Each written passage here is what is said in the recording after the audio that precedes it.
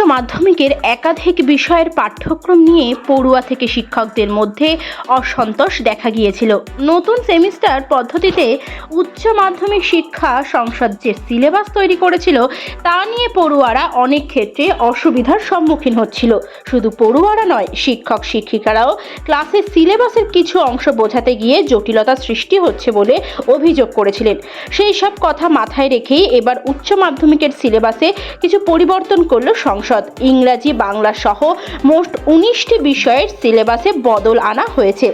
সংসদের তরফে বলা হয়েছে, ইংরেজির ক্ষেত্রে বেশ কিছু বিষয় সিলেবাসে যুক্ত করা হয়েছে। পাশাপাশি স্কুলগুলিকে বলা হয়েছে তারা যে বিষয়গুলো কঠিন মনে করছে সেগুলি বাদ দিয়ে এই বিষয়গুলি পড়াতে পারে। প্রশ্নপত্রে সব বিষয়বস্তু থেকেই প্রশ্ন থাকবে, শিক্ষার্থীরা বাছাই করে উত্তর দিতে পারবে। বাংলা সাহিত্যের ইতিহাসের ক্ষেত্রেও বেশ কিছু পরিবর্তন করেছে সংসদ। তেমনই ইতিহাসে বেশ কিছু বিষয় সিলেবাস থেকে বাদ দেওয়া হয়েছে। যে 19টি বিষয়ের সিলেবাস পরিবর্তন করা হয়েছে সেগুলি হলো ইংরেজি, ইংরেজি এ, ইংরেজি বি, অল্টারনেটিভ ইংলিশ, বাংলা এ, হিন্দি এ, হিন্দি বি, বি, ইতিহাস, রাষ্ট্রবিজ্ঞান, অ্যাকাউন্টেন্সি, কস্টিং এবং taxation, business studies, education, science of well being, statistics, দর্শন, পরিবেশবিদ্যা, ইকোনমিক্স, ভূগোল এবং বায়োলজিক্যাল সায়েন্স।